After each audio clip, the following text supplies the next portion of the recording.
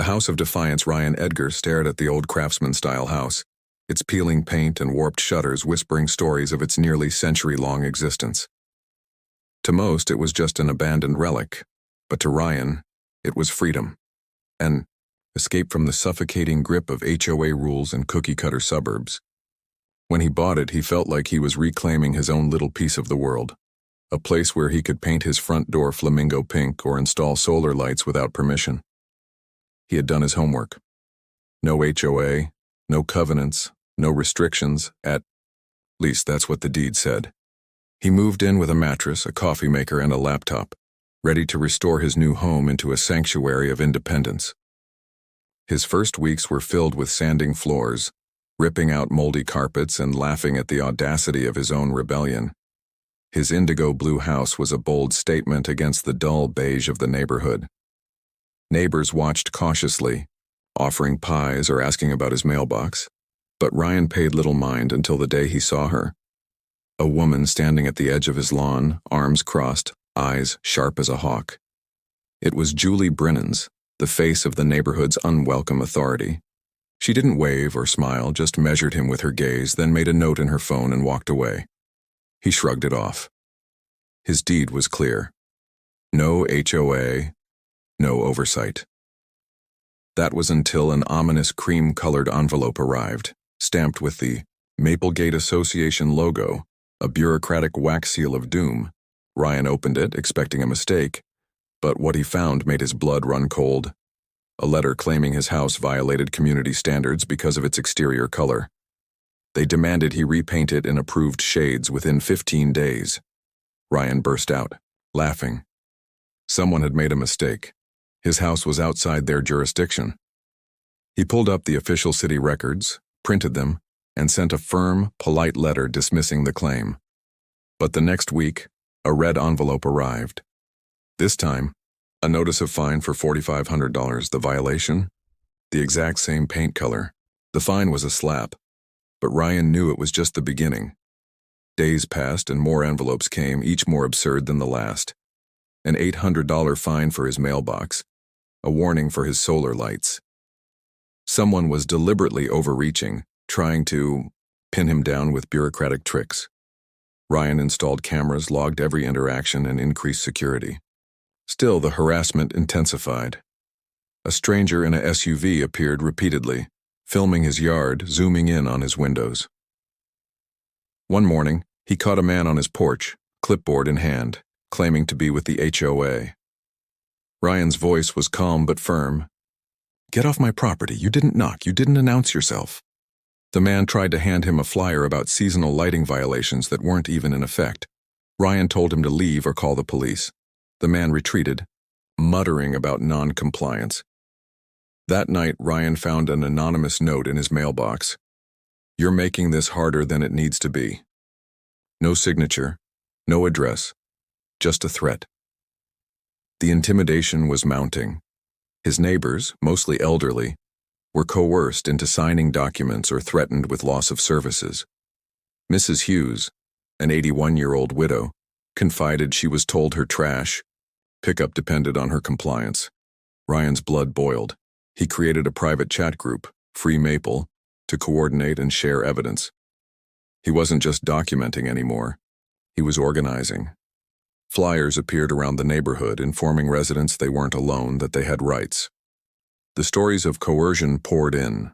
Threats, illegal inspections, subtle threats of foreclosure. Every neighbor told their own horror story, and Ryan realized this was no coincidence. The HOA was hunting them, targeting their homes, their peace. He called lawyers, gathered affidavits, and built a case. When the court date arrived, Ryan stood confident while Julie Brennan's, the HOA president, strutted in with her sunglasses and smug attitude. But Ryan's attorney, Elliot Grayson, was prepared. He presented proof of forged signatures, illegal annexation attempts, and trespassing footage. The judge paused, then dismissed the case, referring it for further investigation. Ryan's victory was just the start. Within days, the scandal erupted online. The local news picked up the story. HOA fraud, forged signatures, harassment. Julie's reputation crumbled. She issued a tepid apology, but the damage was done. Evidence leaked. Secret recordings of HOA meetings revealing plans to bury residents with fines and to eliminate dissenters. The community turned against her. The city launched an inquiry, subpoenas were issued, and Julie was eventually charged with fraud, trespassing, and abuse of power. Her mugshot made headlines. The HOA's influence shattered. Ryan, standing on his lawn, hammered a "Your HOA ends here" sign into the ground, a simple yet defiant message. Neighbors gathered, sharing food and stories of courage. Ryan realized he had sparked something bigger, a movement. He wrote an article titled "Your House, Your Rules," which quickly went viral among legal and homeowner communities. The message was clear. When someone tries to turn your home into their empire, you don't back down. You fight, document, organize, and stand tall. And so the story of Ryan Edgar and his House of Defiance became a beacon for others. Proof that even the smallest homes can stand against the weight of tyranny. Because when the rules are broken, the fight begins. And the home finally belongs to those who refuse to be silenced. Ryan's hands trembled as he hammered the "Your HOA ends here" sign into the freshly dug soil. The morning air was thick with tension, yet somehow it felt lighter, like a weight finally lifting off his chest. Just hours ago, he had been sitting on his porch, clutching a coffee mug, watching neighbors trickle by with cautious smiles and nods of approval. Now they were stopping, gathering, nodding back with a new kind of respect. The message was clear. This house, his house, was no longer under their control. Suddenly, a black SUV screeched to a halt across the street. Out jumped two men, both wearing dark sunglasses and baseball caps pulled low over their faces. One carried a camera, the other a clipboard. Ryan's stomach clenched. He knew what this was. They'd come to intimidate, to threaten, maybe even to seize. But he didn't flinch. He stepped forward, fists clenched, but voice steady. "Can I help you?" he demanded, voice cutting through the morning calm. The taller man with the camera smirked. "Just doing our job, sir. Documentation. You know, compliance." He panned the camera toward his yard, zooming in on the sign like it was some kind of trophy. Ryan's eyes narrowed. "You're trespassing. You didn't knock. You didn't ask. Get off my property." The man hesitated, then stepped back, raising his hands in a mock surrender. "No harm meant. Just recording violations like I said." Ryan crossed his arms. "Violation? I've got your license plate, the timestamp on my camera footage, and 100 reasons why you're not welcome here." The other man, the clipboard carrier, looked nervously at his partner. "We're just doing our job," he muttered, voice barely above a whisper. Ryan's mind raced. He'd prepared for this. Cameras recorded everything. Evidence was piling up. He had affidavits, signed statements from neighbors, even recorded conversations. But what if they brought backup? What if they tried to force him off his land? He needed to stay calm, to keep control. "Leave now," Ryan said, voice firm, "or I will call the police." The men exchanged glances, then slowly retreated to their vehicle. As they sped off down the street, Ryan let out a long breath. He looked at the sign again, pride swelling in his chest. They had pushed him, yes, but he'd pushed back harder. This was war. He grabbed his phone and dialed Elliot, his lawyer. "They're here. They're recording again. Same guys, same SUV." "Stay put. I'm on my way," Elliot responded immediately. Ryan knew they weren't done. The harassment, the lies, the illegal annexation, they all led to this moment. But he had one advantage.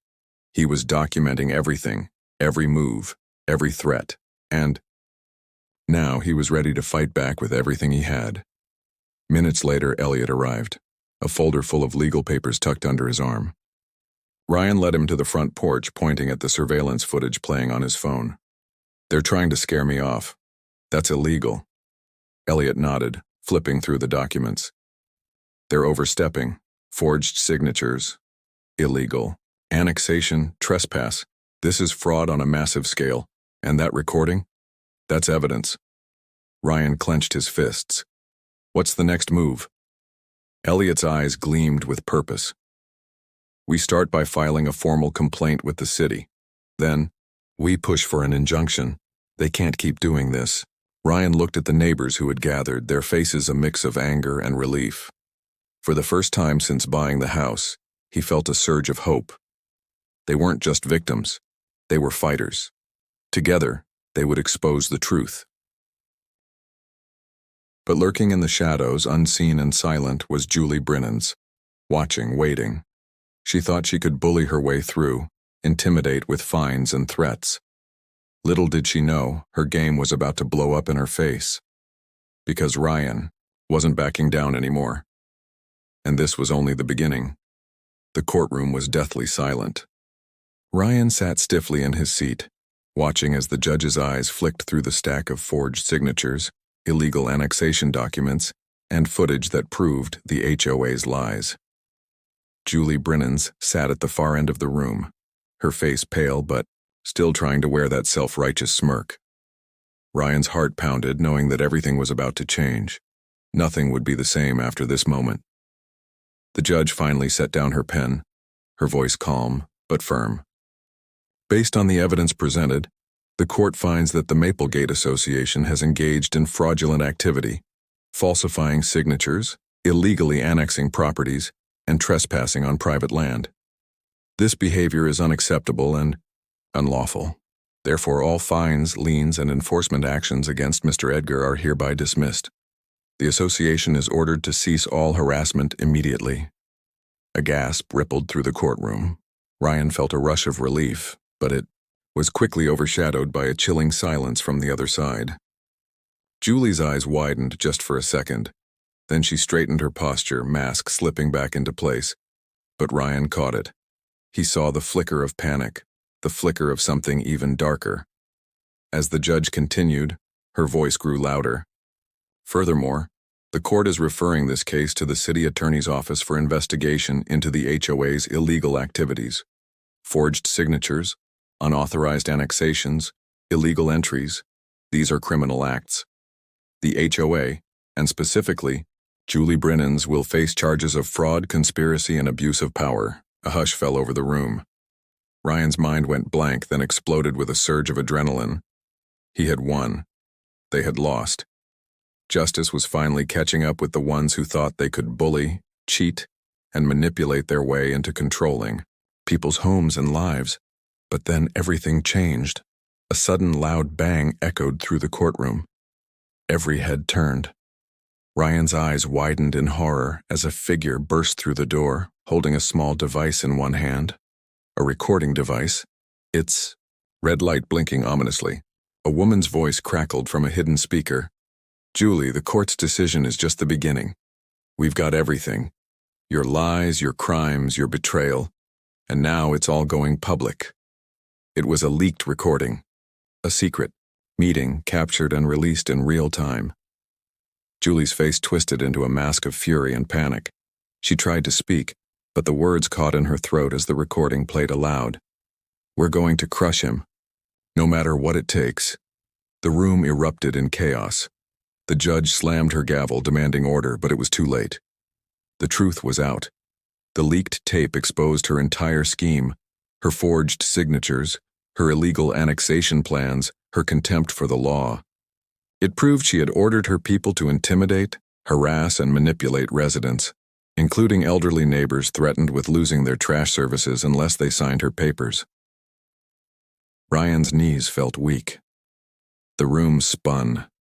Every lie, every betrayal, every illegal act was now on full display, broadcasted across the world. The news spread like wildfire, flooding social media, news outlets, and legal forums. The house of cards built by Julie Brennan's came crashing down in a matter of moments, and then silence.